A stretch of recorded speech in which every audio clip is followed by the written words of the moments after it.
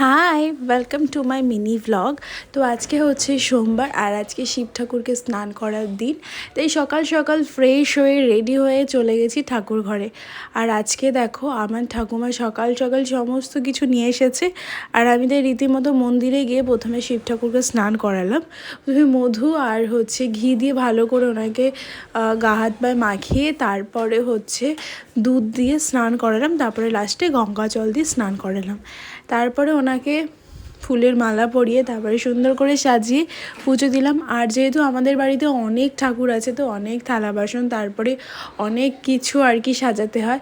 তো এখানে রীতিমতো আমি তুলসী পাতা দিয়ে দিলাম প্লেটে ঠাকুরের প্রসাদের থালাতে, তারপর আমি জল দিয়ে তার মধ্যে তুলসী পাতা দেব। আর এটা জানো তো, ঠাকুরকে যখনই পুজো দেওয়া হয় বা পুজো দেবে তখন কিন্তু তুলসী পাতা মাস্ট। তুলসী পাতা জলের গ্লাসে আর প্লেটে কিন্তু দেওয়া উচিত। এটা আমি জানতাম না, বাট আমার ঠাকুমা বলেছে। So bye for now.